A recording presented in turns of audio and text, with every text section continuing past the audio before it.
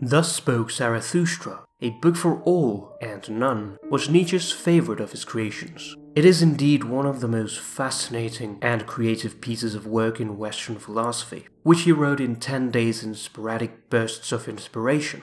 The book has 4 parts, beginning with Part 1, Zarathustra's Prologue. It presents the journey of Persian prophet Zarathustra, who spends his time in solitude in the mountains for 10 years, and grows weary of his wisdom, beginning his down-going to humanity, to teach them what he has learned. Nietzsche considered Zarathustra as being the first one to establish the moral system of good and evil, which would evolve into Judeo-Christian morals, and which he set out to demolish with his new Zarathustra. He saw it as a fitting end that his fictional Zarathustra should be the one who brings down the moral system that the real Zarathustra had started. On his way down, he encounters an old saint in the forest who once loved mankind but grew sick of their imperfections and now loves only God. After they parted ways, he announces his famous statement. Could it be possible? This old saint has not heard in his forest that God is dead. Upon arriving to the nearest town, he goes to the market square where he preaches God's successor, the Overman, which is the meaning of the earth. Man is something to be overcome. Man is a rope stretched between the animal and the overman, a rope over an abyss. What is great in man is that he is a bridge and not a goal. What is lovable in man is that he is an overgoing and a downgoing. The original text in German contains a great deal of wordplay. For instance, Zarathustra's downfall, or downgoing, Untergang, is contrasted with his overgoing, Übergang. In other words, that one's self-overcoming involves a downgoing. Nietzsche's Übermensch, or Overman, evokes this overgoing. However, the people fail to understand him and burst out in laughter. Zarathustra suggests that humanity is becoming increasingly tame and domesticated, and will soon be able to breed only the most contemptible lost man. Those who are all alike, like herd animals, enjoying simple pleasures and mediocrity, afraid of anything too dangerous or extreme. The lost men think they have invented happiness and ask Zarathustra to turn them not into the Overman, but into the lost man. In the meanwhile, the crowd is fixated on a tightrope walker who begins walking. This represents mankind balanced over an abyss, making the slow and dangerous progress between animal and overman. Suddenly a jester comes out behind him, making the tightrope walker fall to the ground to his death. The jester symbolizing Zarathustra, an unannounced attraction. The Overman and the death of God are among his most important teachings. Nietzsche first wrote God is Dead in section 108 of The Gay Science, the book he wrote before coming up with Thus Spoke Zarathustra. It is commonly misinterpreted. It refers to a historical event in response to the decline of Christianity, with the Enlightenment bringing about scientific rationality. This represents a crisis in the existing moral values, opening the possibility for nihilism. The Overman is meant to be the solution to nihilism. By conquering it, he is the meaning we should give to our lives. He puts all his faith in himself and relies on nothing else. The rest of part 1 is followed by 22 discourses, addressed by Zarathustra to his band of disciples. Some notable ideas include to live dangerously, to create one's own meaning, and the introduction of the will to power. The will to power is the fundamental component of human identity. Everything we do is an expression of self-realization, becoming who you truly are. That can sometimes take a form of a will to power. It is a psychological analysis of all human action. Contrasted with living for procreation, pleasure, or happiness, the will to power is the summary of all men's struggle against his surrounding environment, as well as his reason for living in it. In essence, it is the main drive force in humans.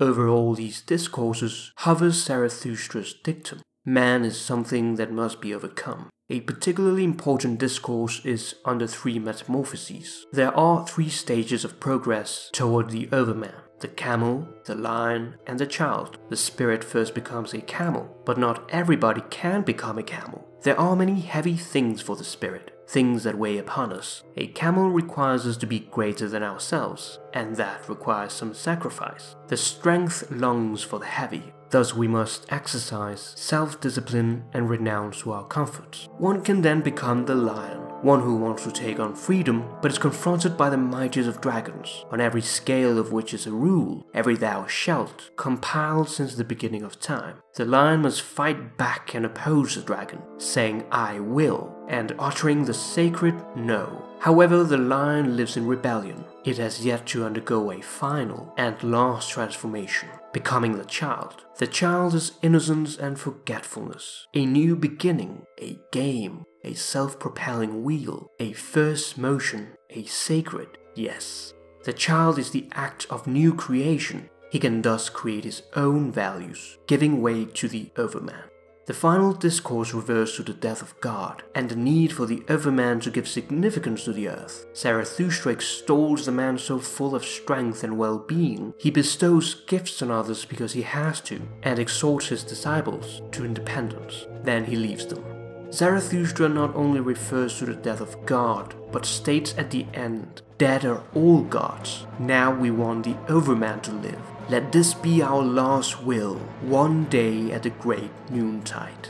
Nietzsche's task was monumental. He called it a revaluation of all values, in which he seeks to offer an alternative to traditional values in the absence of a divine order and avert nihilism, so human beings might stop turning their eyes toward a supernatural realm and begin to acknowledge the value of this world. Nietzsche uses the metaphor of an open sea, which can be both exhilarating and terrifying. The people who eventually learn to create their lives anew will represent a stage in human existence, the overman. In part 2, Zarathustra is more of a dramatic character, and many of the chapters involve action. There is a much expanded recapitulation of the God is dead theme and the reintroduction of the overman as God's successor. He expresses pity and nausea for mankind and the need to overcome it, attacking organized religion. There are also several critiques on contemporary culture, contemplative life, and the search for pure knowledge. Chapter 18, titled Of Great Events, is a dramatic turning point in the book. A discourse on revolution and anarchism is allied to an uncommon amount of action and a fantastical story told by sailors. Zarathustra's disciples hardly listen to his discourse, we are told, because of their anxiety to repeat the sailor's story, the point of which is that Zarathustra's alter ego has been seen flying through the air, crying, "It is time! It is high time!" For what is high time? Zarathustra asks himself when he learns this. The answer, suppressed for the moment, but henceforward never absent from his mind, is time to declare the eternal recurrence. This concept appeared early in the gay science, under the title The Greatest Weight, and might be described as the event for the sake of which the whole book exists, the afterlife being the same as this life. But if everything eternally recurs, this includes that which is small in man. Confronted with this thought, Zarathustra is so sickened that he is unable to get up, eat, or drink for 7 days. After this period, he abandons his disciples in a mood of profound misery, and this time for good. In part 3, for the most part Zarathustra is alone and addressing himself. The 4 last chapters of this part contain the climax of the book. Zarathustra stands up and accepts the eternal recurrence. He becomes a yes-sayer, loving life as it is. This shows an acceptance of fate, or amor fati, a defining characteristic of the overman. As a solitary man, he speaks to his own soul, to the life he feels within him, and to himself in his future reincarnation. The child he wants to have by eternity is himself.